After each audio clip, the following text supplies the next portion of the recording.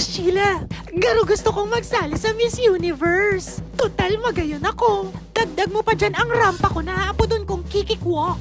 Ano kayang lugar sa Pinas ang i-represent ko? Oy, Jessa, Gagi Paris, syempre Bicol. What do you think? Pampanga! Oy, Cebu! ano? Balan! Bulacan! Ay, Pero inda. nakakahiya Ay, na hindi ka nag-aral. Girl? Tuwing may nagtatanong po sa akin, Lo. saan ka nagtapos?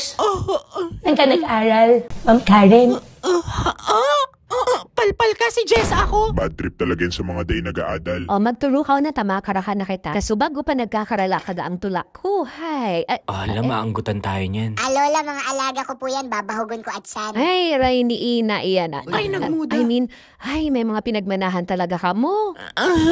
Georgina, sa hiling mo paano ko sasabihin gusto ko magsali sa Miss Universe? Gai ka maribok ha, tabaka madangog kita. Nini, Jessa, damog-dangog ta ka. What? Hi, Jessa, madyaman ni digdi.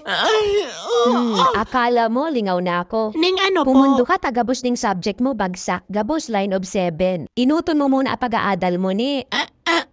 Kaya ko pong mag-multitask. O basta, mag-aadal ka muna. Speaking of, gusto ko palang i-congratulate ini si Camila. A first honor.